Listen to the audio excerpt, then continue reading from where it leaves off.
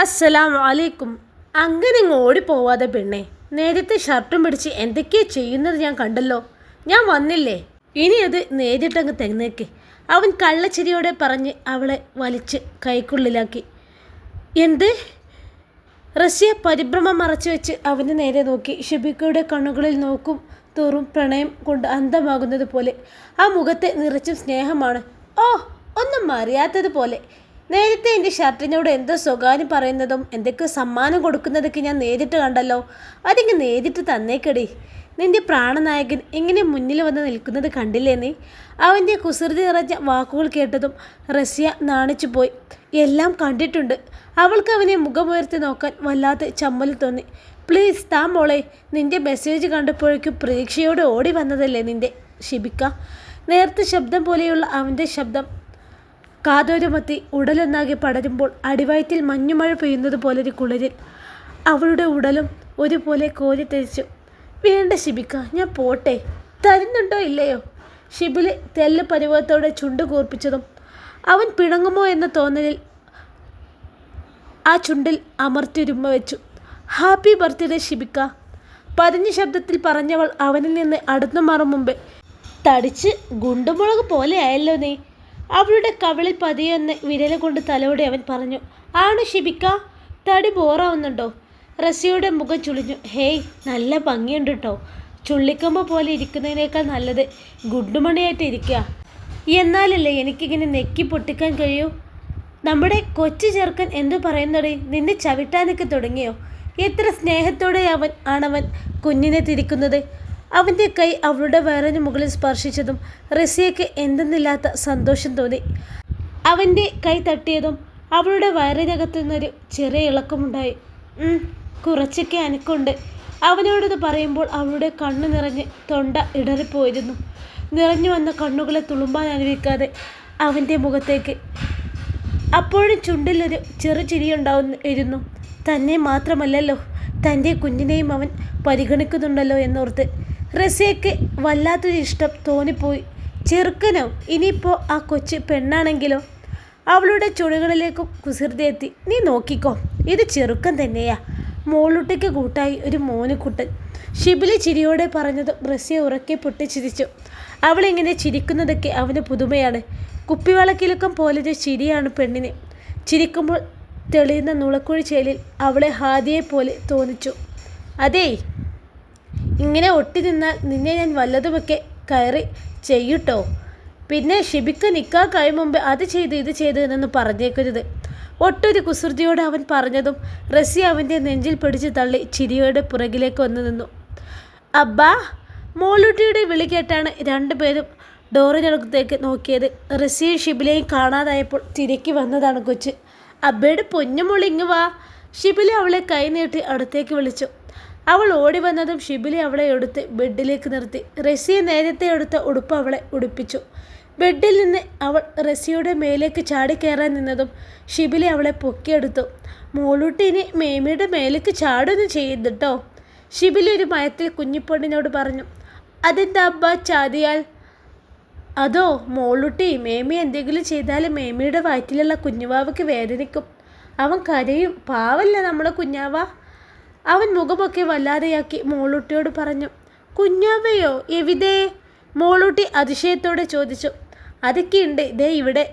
അവൻ റസിയയുടെ വയറിലേക്ക് ചൂണ്ടിക്കാണിച്ചപ്പോൾ റസിയയ്ക്ക് ആകെ ഒരു ചമ്മൽ തോന്നി. മോളൂട്ടിയുടെ മുഖം വിടരുന്നത് റസിയ ശ്രദ്ധിച്ചു. കുറച്ച് ദിവസം കഴിഞ്ഞാലേ എൻ്റെ മോളൂട്ടിയോടൊപ്പം കളിക്കാൻ കുഞ്ഞാവെങ്ങ് വരും കേട്ടോ. മോളൂട്ടിക്ക് കുഞ്ഞാവയോടൊപ്പം കളിക്കണ്ടേ? ആ വേണം വേണം, മോളൂട്ടിക്ക് കളിക്കണം. അവരിപ്പോഴും മോളും സംസാരിക്കുന്നത് കേട്ട് പുഞ്ചിരിയോടെ നിന്ന് റസിയ. ബിരിയാണിയും പായസവും എല്ലാവരും ഒരുമിച്ചിരുന്നാണ് കഴിച്ചത്. ഇന്ന് എന്താണ് ഇത്താ, പായസമൊക്കെ ഉണ്ടല്ലോ? ഗ്ലാസിനിടയിൽ പതിഞ്ഞ സേമ്യത്തിൻ്റെ ഊമ്പി കൊടുക്കുന്നതിനിടയിൽ ഷിബിലി വെറുതെ ചോദിച്ചു. ആ അതോ, റസിയ മോൾക്ക് ഇന്ന് പായസം കഴിക്കാനൊരു പൂതി, സാബിറ പറഞ്ഞു. ഷിബിലി റസിയെ നോക്കുമ്പോൾ ആ മുഖത്തൊരു ചിരിയുണ്ട്. അവനറിയാം അവൾ തനിക്ക് വേണ്ടിയാണ് ഇതെല്ലാം ഉണ്ടാക്കിയതെന്ന്. പക്ഷെ അവൾ എങ്ങനെ ഈ ദിവസം ഇത്ര കൃത്യമായി ഓർത്തു വെച്ചു എന്ന് ചോദിക്കാനും വിട്ടു. ഉമ്മ പറയുന്നത് കേട്ട് കാണും. ഹാദിയെ പോയതിൽ പിന്നെ ഈ ദിവസം കടന്നു പോകുന്നത് പോലും ഷിബിലി അറിയാറില്ല. ദച്ചുള്ളപ്പോൾ അവൾ ഓരോ കാര്യം ഓർത്തു വെക്കും. എന്തെങ്കിലും ഒരു കുഞ്ഞു സർപ്രൈസ് തനിക്കായി ഒരുക്കും. അവൾ പോയതിൽ പിന്നെ ഇപ്പോഴാണ് എന്തിനോ അവൻ്റെ കണ്ണ് നിറഞ്ഞു വന്നു. മാഞ്ഞുപോയ വസന്തകാലം വീണ്ടും തന്നിലേക്ക് വന്നിരിക്കുന്നു. താങ്ക്സ്. ഹൃദയം നിറഞ്ഞ ചിരിയോടെ അവൻ റസിയെ നോക്കി മന്ത്രിച്ചു. റസിയ അവനെ നോക്കി ചിരിയോടെ കണ്ണു ചിമ്മി കാണിച്ചു. ഇടം കണ്ണുകൊണ്ട് അവനെ നോക്കി ഐഷുമയുടെ നെഞ്ചിലേക്കൊരു തണുപ്പ് വീണു. അല്ല ഷിബി, ഇന്ന് നിനക്ക് ഷോപ്പിൽ തിരക്കൊന്നില്ലേ? അല്ലെങ്കിൽ നിന്നെ കാണാൻ കൂടി കിട്ടാറില്ലല്ലോ. ഐഷുമ ചോദിക്കുന്നത് കേട്ടുമ്പോൾ റസിയ പതുക്കെ മുഖം താഴ്ത്തി. ഇന്നെന്തോ നിങ്ങളെയൊക്കെ കാണണമെന്ന് തോന്നി. ഒരുമിച്ചിരുന്ന് ഭക്ഷണം കഴിക്കണമെന്ന് തോന്നി. ഷിബിലി മറച്ചു വെച്ച് പറഞ്ഞു. നല്ലതാ. ഐഷുമ ഒന്ന് ഇരുത്തി മൂളി. റസിയയ്ക്ക് ചിരി വന്നുവെങ്കിലും കടിച്ചമർത്തി ഇരുന്നു. ഭക്ഷണം കഴിച്ചു കഴിഞ്ഞവൻ മോളൂട്ടിയും കൊണ്ട് ഹാളിലെ സോഫയിലേക്കിരുന്നു. ദിവസങ്ങൾക്ക് ശേഷം അവനെ ഇങ്ങനെ അടുത്ത് കിട്ടിയപ്പോൾ അവനോട് സംസാരിച്ചുകൊണ്ട് ഐഷുമ്മയും സാബറയും അവൻ്റെ ഇടവും വലം സ്ഥാനം പിടിച്ചു. അവരെന്തോ കുടുംബകാര്യങ്ങളൊക്കെ സംസാരിച്ചെടുക്കുന്നിടത്തൊക്കെ ചെല്ലാൻ റസിയയ്ക്ക് മടി തോന്നി. അതുകൊണ്ടാണ് അവൾ ഹാളിൽ തന്നെ നിന്നു കളഞ്ഞത്. അവിടെ നിന്നാലും അവനെ കാണാം. ഷിബിലിയുടെ കണ്ണുകളും ഇടയ്ക്ക് റസിയയുടെ നേരെ വീഴുന്നുണ്ട്. കാര്യമായി എന്തോ ഓർത്തു നിൽക്കുകയാണെന്ന് പെണ്ണെന്ന് അവന് തോന്നി. ഇടയ്ക്കൊന്ന് നോട്ടം കൊരുത്തതും വന്ന് മടിയിലിരിക്കാൻ അവൻ കണ്ണുകൊണ്ട് കാണിച്ചതും റസിയ നാണം നിറഞ്ഞൊരു ചിരിയോടെ മുഖം താഴ്ത്തി.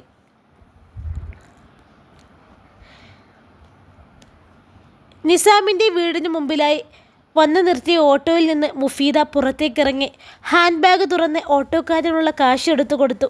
അയാളെ പറഞ്ഞു വിട്ടതിന് ശേഷം അവൾ ഗേറ്റ് തുറന്ന് ആ വലിയ മുറ്റത്തിലൂടെ നടന്നു.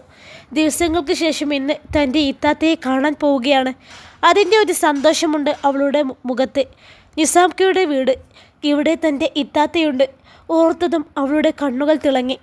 മുഫീദ ചുറ്റിലും വെറുതെ മിഴിയൊടിച്ചു. മുറ്റത്തിനരികിൽ കൃത്യമായ പരിചരണം കിട്ടാതെ ശോഷിച്ചു നിൽക്കുന്ന ചെടികളിലൂടെ അവളൊന്ന് നോക്കി. ആരാ? എന്ത് വേണം? ഒട്ടും മയമില്ലാത്തൊരു ചോദ്യം കേട്ടതും മുഫീദയുടെ ശ്രദ്ധ ഉമ്മറത്തേക്ക് ഇറങ്ങി നിൽക്കുന്ന സ്ത്രീയിലേക്കായി. ഞാൻ മുഫീദ, റസിയയുടെ അനിയത്തി. മുഫീദ ഒരു പുഞ്ചിരിയോടെ സ്വയം പരിചയപ്പെടുത്തി. ബാനുവിൻ്റെ കണ്ണുകളൊന്ന് കൂർത്തു. റസിയയുടെ അനിയത്തിയെ അവർ ആദ്യമായിട്ട് കാണുകയായിരുന്നു. റസിയയോ? ഏത് റസിയ? ബാനു ഒന്നും അറിയാത്ത മട്ടിൽ തിരിച്ചു ചോദിച്ചതും മുഫീദ ചുറ്റിലും ഒന്നുകൂടെ നോക്കി. തനിക്ക് വീടൊന്നും മാറിപ്പോയിട്ടില്ലെന്ന് ഉറപ്പുവരുത്തി. ഇല്ല, ഇത് തന്നെയാണ് നിസാംക്കയുടെ വീട്. ഒരു പ്രാവശ്യമേ വന്നിട്ടില്ലെങ്കിലും അവൾ കൃത്യമായി ഓർത്തു വെച്ചിരുന്നു. ഇത് നിസാംക്കയുടെ വീടല്ലേ? ഇവിടെ എൻ്റെ റസിയത്തിയില്ലേ? ഇത്താനെ കാണാനാണ് ഞാൻ വന്നത്. മുഫീദ തൻ്റെ മുൻപിൽ നിൽക്കുന്ന പെൺകുട്ടിക്ക് മനസ്സിലാകും വിധത്തിൽ ഒന്നുകൂടെ വ്യക്തമാക്കി. ബാനു പരിഹാസത്തോടെ ഊറിച്ചിരിച്ചു. തന്നോടല്ലേ പെണ്ണെ പറഞ്ഞത് ഇവിടെ തൻ്റെ റസിയത്തിയോ കൊസിയത്തിയോ ഒന്നും ഇല്ലാന്ന്? പറഞ്ഞാലും മനസ്സിലാവുന്നില്ല വെച്ചാൽ ഇതൊക്കെ എവിടുന്ന് കുറ്റം പറിച്ച് വന്നതാണാവോ? ബാനു ദേഷ്യത്തോടെ പറഞ്ഞു. മുഫീദ അന്തം വിട്ട് ചുറ്റിലും നോക്കി. തനിക്ക് മാറിപ്പോയതാണോ? അതോ ഈ സ്ത്രീ തന്നെ കളിപ്പിക്കുന്നതോ?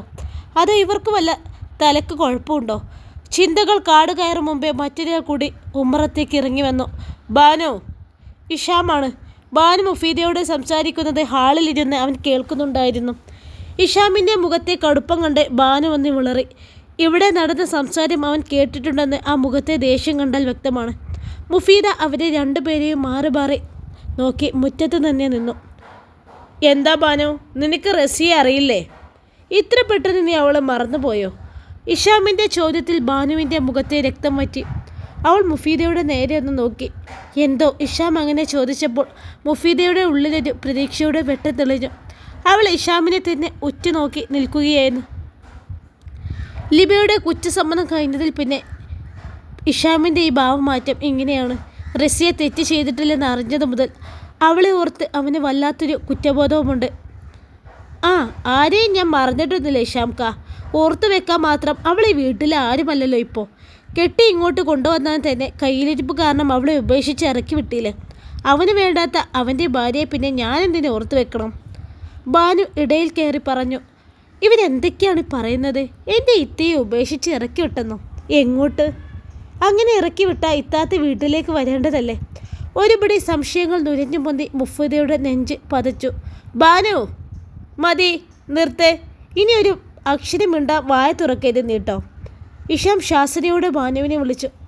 ഓഹ്, ഞാനൊന്നും പറയുന്നില്ല. അല്ലെങ്കിലും അവളെ പറയുന്നത് നിങ്ങൾക്ക് സഹിക്കൂലല്ലേ? ഉമ്മയും മോനും തലയിൽ കയറ്റി വച്ചൊക്കെ നടക്കല്ലായിരുന്നു അവളെ. എന്നിട്ട് ഒടുക്ക എന്താ ഇപ്പോൾ? കയ്യോടെ പിടിച്ചില്ലേ? നിങ്ങൾ അനിയനെയും തേച്ച് അവൾക്ക് ഇഷ്ടമുള്ളവൻ്റെ കൂടെ ഇറങ്ങി അങ്ങ് പോവുകയും ചെയ്തു. പരിഹാസത്തോടെ പറയുന്ന ഭാനുവിൻ്റെ കവിളിൽ ഇഷാമിൻ്റെ കൈ ആഞ്ഞു പതിച്ചതും ആ സംസാരം അവിടെ നിലച്ചു. മുഫീദ പകപ്പോടെ ഒരു ചൂട് പുറകിലേക്ക് നീങ്ങി. നിന്നോട് മിണ്ടരുതെന്ന് പറഞ്ഞാൽ മിണ്ടരുത്. ചൂണ്ടുവിരൽ വിറപ്പിച്ച് അവളെ വിലക്കുമ്പോൾ ഇഷാമിൻ്റെ കണ്ണുകളിൽ നിന്ന് അഗ്നി ചിതറി. ഞെട്ടിത്തെരിച്ച് ഇഷാമിനെ നോക്കി നിന്ന ഭാനുവിൻ്റെ കണ്ണുകൾ കലങ്ങി വന്നു. അടി കിട്ടിയ കവൾ പൊതിഞ്ഞു പിടിച്ച് ഇഷാമിനെ ഒന്ന് രൂക്ഷമായി നോക്കി വിങ്ങിപ്പൊട്ടി ഭാനു അകത്തേക്കൂടി. ഒന്നെ നിശ്വസിച്ചുകൊണ്ട് ഇഷാം മുറ്റത്ത് പകപ്പോടെ തന്നെ നോക്കി നിൽക്കുന്ന പെൺകുട്ടിയിലേക്ക് മുഖം തിരിച്ചു. ഇതൊന്നും കണ്ടെത്താൻ പേടിക്കണ്ടട്ടോ. ഇത് അവൾക്ക് ഞാൻ ഓങ്ങി വെച്ചതായിരുന്നു. സത്യം എന്തെന്ന് കാലം തെളിയിച്ചു തന്നിട്ടും വീണ്ടും ആ പാവത്തിനെ കുത്തിക്കീറുന്നതിനൊരു അവസാനമില്ലേ? അതിനൊരു ചെറിയൊരു ശിക്ഷ കൊടുത്തന്നേയുള്ളൂ. ഇഷാം പറഞ്ഞതിൻ്റെ അർത്ഥമൊന്നും മുഫീദക്ക് മനസ്സിലായില്ല. എങ്കിലും അവരുടെ സംസാരത്തിൽ നിന്ന് അവൾക്ക് എന്തൊക്കെയോ ഒരു അപകടം അടുത്തു. എൻ്റെ റസിയത്ത് ഇവിടെ ഇല്ലേ? വർദ്ധിച്ചു വരുന്ന ഹൃദയഭാരത്തോടെ അവനെ നോക്കി ചോദിക്കുമ്പോൾ അവളുടെ ശബ്ദമൊന്ന് വിറച്ചു. കുട്ടി ചെറുകുന്നത്തെയല്ലേ? ഇഷാം തിരക്കി. അതെ. ഇവിടെ സംഭവിച്ചതൊന്നും അറിഞ്ഞില്ലേ? അപ്പോൾ ഉമ്മയും ഉപ്പയും ഒന്നും പറഞ്ഞില്ലേ തന്നോട്? ഇല്ല, ഞാനൊന്നും അറിഞ്ഞില്ല. എവിടെ?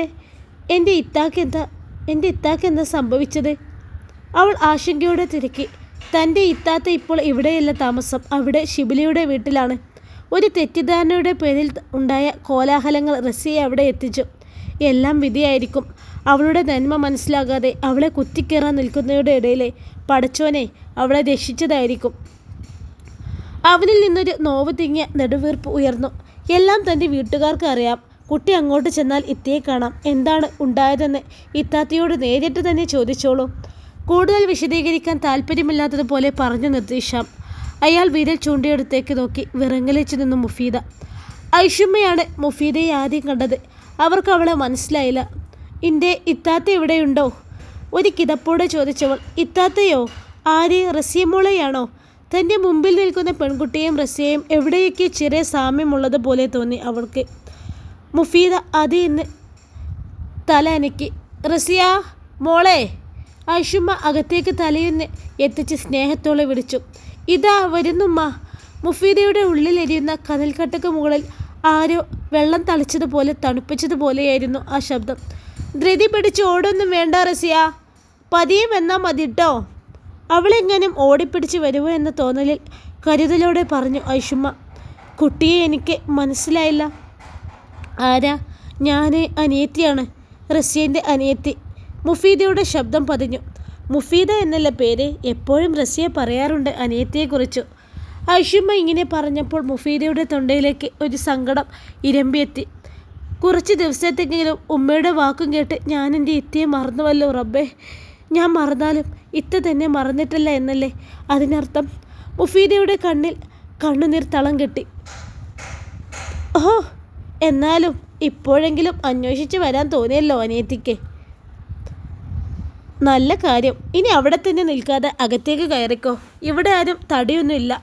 പതിഞ്ഞെങ്കിലും ഐഷുമ്മയുടെ വാക്കുകൾ മുഫീദയുടെ ചങ്കിൽ തന്നെ തറച്ചിരുന്നു. കുറ്റബോധം കൊണ്ടവളുടെ നെഞ്ച് വിങ്ങി.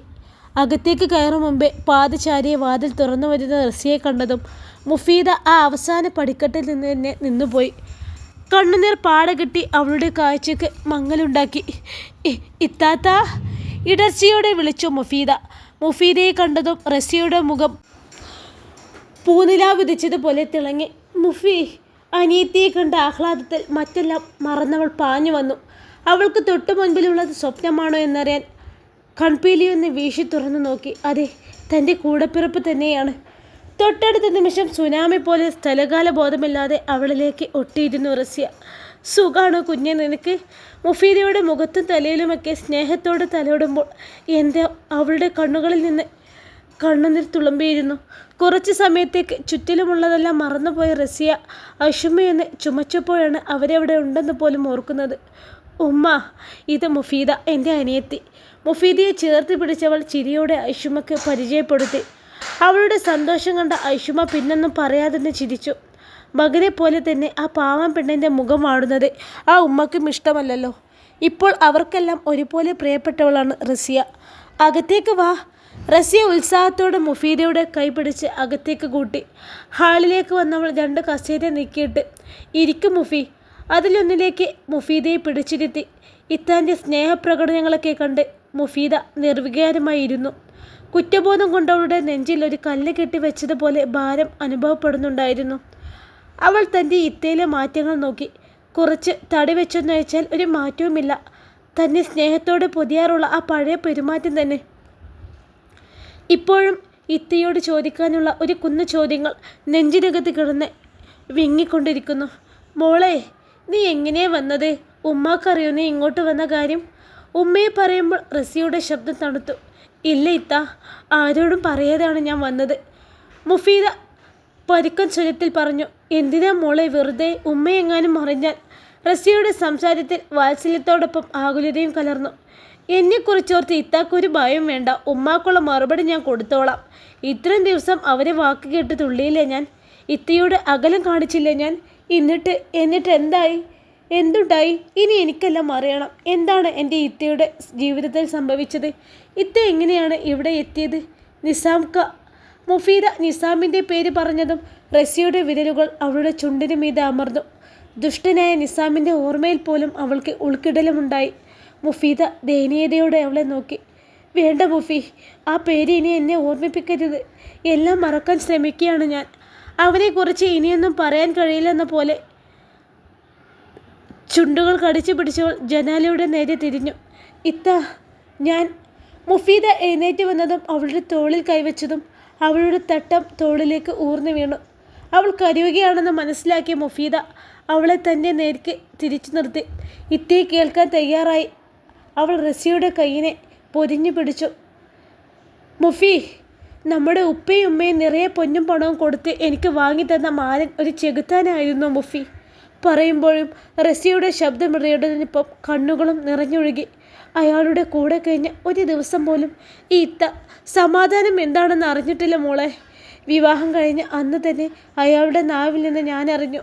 നമ്മുടെ ഉപ്പ എനിക്ക് വിലയിട്ട് വെച്ച് നീട്ടിയ പാരിതോഷികത്തിന് വേണ്ടി മാത്രമാണ് അയാൾ ഈ 2ാം കെട്ടുകാരിയെ ജീവിതത്തിലേക്ക് കൂട്ടിയതെന്ന്. തകർന്നു പോയി മോളെ ഞാൻ. പിന്നീട് അങ്ങോട്ട് അയാൾ എന്നെ ദ്രോഹിക്കാത്ത ഒരു ദിവസം പോലും ഉണ്ടായിട്ടില്ല എന്ന് വേണം പറയാൻ. പോകെ പോകെ അയാൾ ഏൽപ്പിക്കുന്ന ദേഹോപദ്രവങ്ങൾ എനിക്ക് ശീലമായി തുടങ്ങി. എന്നും സഹിക്കാൻ ഞാൻ എൻ്റെ മനസ്സിനെ തയ്യാറാക്കി. പക്ഷേ മറ്റൊരു പുരുഷനുമായി അയാൾ എന്നെ ചേർത്ത് പറഞ്ഞ അന്ന്, ഞാനും ഷിബിക്കയും തമ്മിൽ വഴിവിട്ട ബന്ധമുണ്ട് പറഞ്ഞ ആ ദിവസം പറയുമ്പോൾ റസിയുടെ സ്വരം വിറപൂണ്ടു. വാക്കുകൾ ഇടറി. ആ ഓർമ്മയിൽ ഇപ്പോഴും നെഞ്ചു പിടഞ്ഞു. റസിയെ പറയുന്ന ഓരോ വാക്കും മുഫീദയിൽ ഞെട്ടലുണ്ടാക്കി. അവളുടെ കണ്ണിൽ നിന്നൊഴുകുന്ന ഓരോ തുള്ളിയും തീക്കനൽ പോലെ മുഫീദയും പൊള്ളിച്ചു. താൻ അനുഭവിച്ച വേദനകൾ ഓരോന്നും പറഞ്ഞു തീർത്തവൾ മുഫീദയുടെ തോളിലേക്ക് ചാഞ്ഞു. അവളുടെ കണ്ണുനീരി വീണ് മുഫീദയുടെ തോളിനെയും നനച്ചു. ഒരു കൊച്ചു കുഞ്ഞിനെ മാറോടണയ്ക്കും പോലെ അവളെ ചേർത്ത് പിടിച്ച് നിൽക്കുമ്പോൾ മുഫീദയ്ക്ക് അവളെ എങ്ങനെയാണ് ആശ്വസിപ്പിക്കേണ്ടതെന്ന് പോലും അറിയുന്നില്ല. തൻ്റെ ഇത്തിയെ നോവിൻ്റെ ആഴങ്ങളിലേക്ക് തള്ളിയിട്ട് ഒന്നും അറിയാത്തവരെ പോലെ നോക്കി തന്നെ തൻ്റെ ഉപ്പയോടും ഉമ്മയോടും വെറുപ്പും ദേഷ്യവും തോന്നിപ്പോയി മുഫീദക്ക്. ആ നിമിഷങ്ങളിലൊക്കെ എൻ്റെ ഇത്ത വേദനിച്ച് ചങ്കുപൊട്ടി കരഞ്ഞു കാണില്ലേ? പാവം. ഒന്ന് ആശ്വസിപ്പിക്കാനോ ചേർത്ത് നിർത്താനോ ഒരാളില്ലാതെ എന്തുമാത്രം വിഷമിച്ചിട്ടുണ്ടാവും പാവം. ഒടുവിൽ ഉപ്പയും ഉമ്മയും കൂടി തള്ളി പറഞ്ഞപ്പോൾ മരണത്തേക്കാൾ വേദന തോന്നിക്കാണില്ലേ? മുഫീദ അവളുടെ കണ്ണുനീര് തുടച്ചു കൊടുത്തു. കരയില്ലേ ഇത്ത, ഞാൻ ഇത്രക്കൊന്നും അറിഞ്ഞില്ലല്ലോ ഞാൻ. ആ, ഇത് കൊള്ളാലോ. ഇത്താത്തയെ കരയിപ്പിക്കാനാണോ അനിയത്തിപ്പെട്ട് വന്നത്? ഐഷുമ്മ അവരുടെ അടുത്തേക്ക് വന്ന് ചോദിച്ചു. മുഫീദ വല്ലായ്മയോടെ അവരെ നോക്കി. അതുമ്മ, ഞാൻ മുഫിയെ കണ്ടപ്പോൾ പഴയതൊക്കെ ഓർത്ത്. റസിയ മുഖം അമർത്തി തുടച്ച് ഐഷുമ്മയെ നോക്കി. ഐഷുമ്മക്ക് മുഫീദയോട് ദേഷ്യം തോന്നി മുഖം കറുപ്പിച്ച് എന്തെങ്കിലും പറയുമോ എന്നൊരു ഭയം അവൾക്കുണ്ടായിരുന്നു. എന്തിനാ കൂടെ കൂടെ പഴയതൊക്കെ ഓർക്കുന്നത്? ഇങ്ങനെ സങ്കടപ്പെട്ട് കണ്ണീര് വാർക്കാനോ? ഈ സമയത്ത് മനസ്സെ വിഷമിപ്പിക്കരുതെന്ന് പറഞ്ഞിട്ടില്ലേ ഞാൻ? ഉള്ളിലൊരു കുരുന്ന ജീവൻ തുടിക്കുന്നുണ്ടെന്ന കാര്യം മറക്കണ്ട. റസിയ കരഞ്ഞത് ഇഷ്ടപ്പെടാത്തതിൻ്റെ നീരസം മുഴുവനും ഉണ്ടായിരുന്നു ഐഷുമ്മയുടെ മുഖത്ത്. എന്നാൽ മുഫീദ അപ്പോഴാണ് റസിയയുടെ വയറിലേക്ക് നോക്കുന്നത്. അവളിൽ വീണ്ടും ഒരു പകപ്പുണ്ടായി. ഇത്ത ഗർഭിണിയാണോ? ഹൃദയത്തിൽ ഭാരമുള്ളതെന്തോ വന്ന് വീഴും പോലെ നടുക്കം അവളിലുണ്ടായി. കരിയാതെ പോയി അനിയത്തിക്ക് എന്തെങ്കിലും കുടിക്കാൻ എടുത്ത് കൊടുക്ക് റസിയ. അശും അത് പറഞ്ഞതും റസിയ അടുക്കളയിലേക്ക് നടന്നു. വല്ലാത്തൊരു ശങ്കടിപ്പൂടെ പുറകെ മുഫീദയും. സാബിറ ഒരു അത്യാവശ്യത്തിന് വേണ്ടി പുറത്തേക്ക് പോയതാണ്. വാശി പിടിച്ച് കരിഞ്ഞ മോളൂട്ടിയും കൂടെ പോയിട്ടുണ്ട്. റസിയ ഫ്രിഡ്ജ് തുറന്ന് പഴുത്ത മാമ്പഴം എടുത്ത് തൊലി കളഞ്ഞു മുറിച്ചു. എനിക്കൊന്നും വേണ്ട ഇത്താ. അവൾ റസിയുടെ കൈ പിടിച്ചു തടഞ്ഞു. അയാൾക്കറിയോ? റസിയുടെ വയറിലേക്ക് നോക്കിയവൾ ചോദിച്ചു.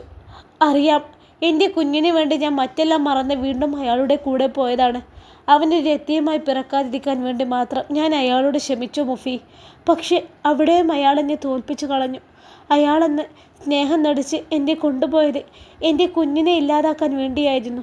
അയാൾ ഒരിക്കലും മാറില്ല മുഫി. കൊടും ക്രൂരയാണ്. അതുകൊണ്ടല്ലേ സ്വന്തം ചോരയിൽ ഉണ്ടായതാണെന്ന് പൂർണ്ണ ബോധ്യമുണ്ടായിട്ടും അയാൾ എൻ്റെ കുഞ്ഞിനെ. ബാക്കി പറയാൻ കഴിയാതെ റസിയ വാ പൊത്തി കരച്ചിലടക്കി. മുഫീദയുടെ മുഖത്ത് ചുവപ്പ് പടരുന്നത് റസിയ കണ്ടു. അയാളെ ഞാനെന്ന് കാണുന്നുണ്ട്. എൻ്റെ ഇത്തയെ ഉപദ്രവിച്ചതൊക്കെ കണക്ക് ഞാൻ തീർത്തു കൊടുക്കുന്നുണ്ട് അയാൾക്ക്. മുഫീദ ദേഷ്യം കടിച്ചൊതുക്കിക്കൊണ്ട് പറഞ്ഞു. വേണ്ട മുഫി, അയാളെ വിട്ടേക്ക്. അങ്ങനെ ഒരാളുടെ മകനായി ജനിക്കുന്നതിൽ നല്ലതേ ഈ കുഞ്ഞ് ഈ ഭൂമിയിൽ ജനിക്കാതിരിക്കുന്നതാ. അത്രയും ക്രൂരനാണ് അയാൾ. ഞാൻ അയാളെ വിട്ടതാ. മനസ്സുകൊണ്ട് എന്നും മൊഴിച്ചൊല്ലി കഴിഞ്ഞു. ഇനി റസിയുടെ ജീവിതത്തിലെ അയാളില്ല മുഫി. അധികം വെച്ച് താമസിപ്പിക്കാതെ ഒരു വക്കീലിനെ കാണണമെന്ന് പറഞ്ഞിരുന്നു ഷിബിക്ക. അയാളിൽ നിന്ന് പൂർണ്ണമായും എനിക്കും എൻ്റെ കുഞ്ഞിനും മോചനം വേണം. റസിയ മുഖം ഒന്ന് അമർത്തി തുടച്ചു. ഇൻഷാ അല്ലാഹ്. ഈ കഥയുടെ ബാക്കി ഭാഗവുമായി നാളെ കാണാം. അസ്സലാമു അലൈക്കും. എല്ലാവരും ലൈക്കും കമൻറ്റും ചെയ്യണേ. സബ്സ്ക്രൈബ് ചെയ്യാതെ കാണുന്നവരുണ്ടെങ്കിൽ ദയവ് ചെയ്ത് സബ്സ്ക്രൈബ് ചെയ്യണേ.